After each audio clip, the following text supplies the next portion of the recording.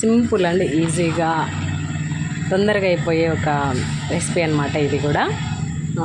అదే అండి, chicken fry కానీ లేదా కొంచెం గ్రేవీ లాగా అట్లా చేద్దామని అనుకుంటున్నాను. దానికోసం అయితే ముందుగా ఉల్లిగడ్డలు బాగా ఫ్రై చేసుకున్నా, ఒక 2 పెద్ద సైజు ఉల్లిగడ్డలు. అవి బాగా కొంచెం ఎర్రగా ఫ్రై అయిన తర్వాత చికెన్ వేసుకున్నాను అనమాట. అవి కొంచెం బాగా ఇంకా నీళ్ళన్నీ బయటకు వచ్చి ఉడికేంత వరకు బాగా ఫ్రై చేసుకుంటాను. తర్వాత ఇంకా అల్లము, ఎల్లిపాయలు, కొత్తిమీర అవి 3 ఇంకా ఏమయ్యాను మసాలా, అవి మాత్రం వేసి దంచి పెట్టుకున్న పక్కన. తర్వాత అంతలోపు మనకి చికెన్ అనేది బాగా మెత్తగా మగ్గాలి.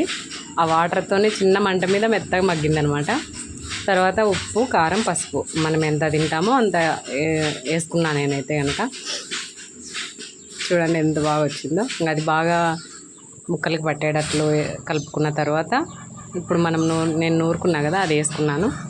అది కూడా మసాలా పచ్చివాసన పోయేంత వరకు బాగా చిన్న మంట మీదనే ఈ ప్రాసెస్ అంతా బాగుంటుంది. చికెను చిన్న మంట మీదనే చేసినాను.